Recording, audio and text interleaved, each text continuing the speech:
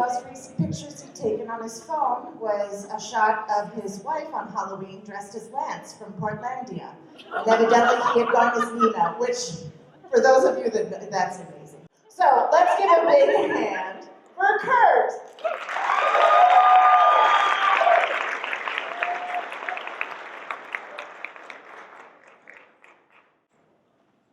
This is a picture of my wife and I the day we sold our car.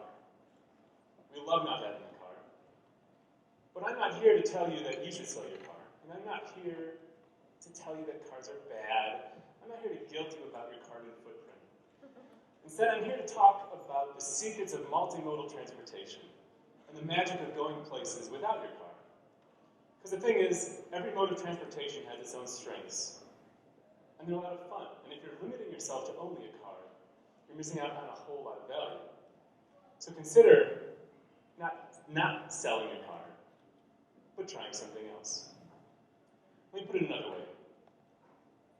If you were to tell a 6-year-old to go grocery shopping for the week, you're going to get a cart full of ice cream, right? Most of us here are adults, and we do not do that. But not because we unlearned to like ice cream, and not because we decided at some point that ice cream is bad. Instead, we decided ice cream has a particular role in our lives, a very good one, but not an all-encompassing one. And that is, I think, the way to approach transportation. So let's look at the status quo. If you need to go somewhere right now, you're too busy thinking about what you're going to do when you get there, if you're late or not, what you're going to wear. You don't want to waste brain power thinking about how to get there. You just go to the default. It's a habit. I want to use that same principle tonight to retrain your brain to make a new habit, going somewhere without your car. So my challenge is this. Find one route that you're currently taking in your car, and find a way to make that trip without a car. It's that simple. It's really one trip. Half of you right now are going, I have this one trip that's really long, and this one trip is really complex. I don't know if I can do it. No one says you have to choose the most complex trip. So with a really easy trip, if it's 1 mile, all the better. Just make sure you do it. Some examples from my life. I love to go grocery shopping. Everybody has to do it. There's 2 grocery stores I like. One is 6 blocks from my house. When I had a car, I admit, I drove there once in a while, and that's ridiculous. There's no reason a 6-block walk should be made in a car. The farther trip I take is about 1.5 miles. There's a B-cycle station outside my apartment and outside the grocery store. Take advantage of infrastructure that's already there. You don't have to reinvent the wheel. The basket on the B-cycle is enough to hold groceries. It's wonderful.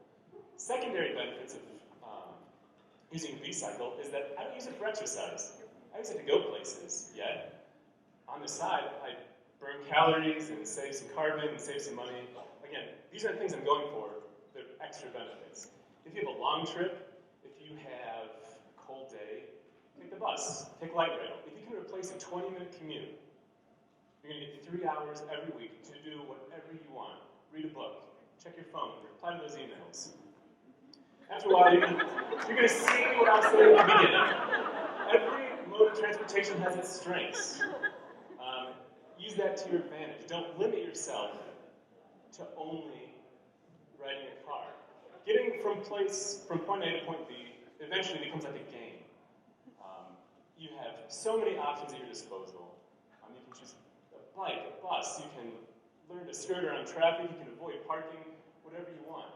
Transportation is an experience, right? We shouldn't hide ourselves away from a car and just wish for that terrible commute to be over, that terrible trip to be over, that hassle of parking. It's an experience. And the more and more you do this, the more confident you get. It starts to snowball a little bit. You might adventure out and try a farther trip. Or maybe you'll try to bike on the road when you weren't comfortable doing that before.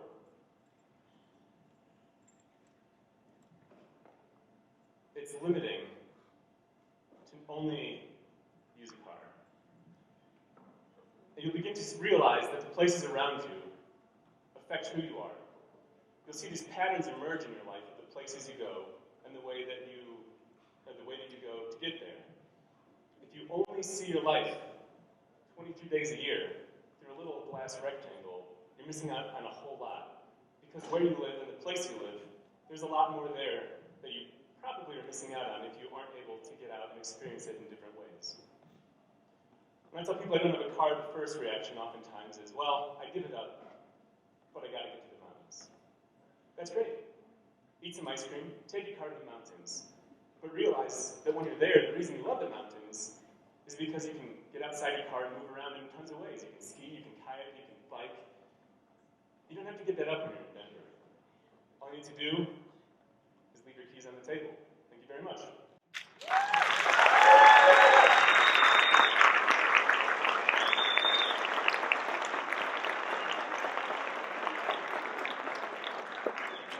So I live at 88th and Wadsworth.